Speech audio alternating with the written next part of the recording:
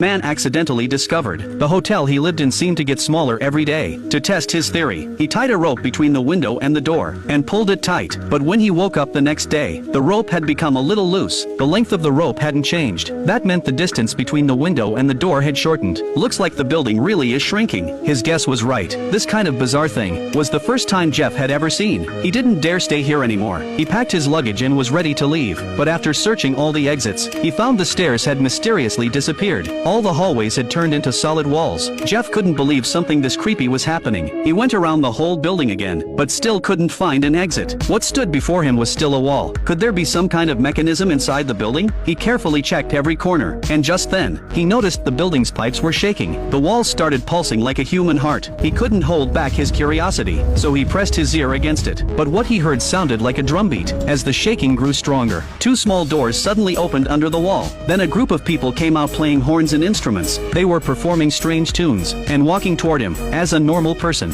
you'd obviously want to hide from something like this, and Jeff was no exception. He grabbed his suitcase and ran, but that band stuck to him like glue. They followed him all the way up to the second floor. Jeff happened to see an old woman smoking at the door, so he slipped into her room to escape. The two old women were longtime residents of the hotel. They felt sorry for what Jeff was going through, but they hadn't left that floor in over a decade. Aside from a small map of the corridor, they couldn't offer any useful help. Just as Jeff was about to leave in frustration, he overheard whispering behind him. Don't start. There's no such thing. Jeff instantly realized they were definitely hiding something from him. Please. Anything could help. You could try, Oracle. Don't mind her, she's talking gibberish.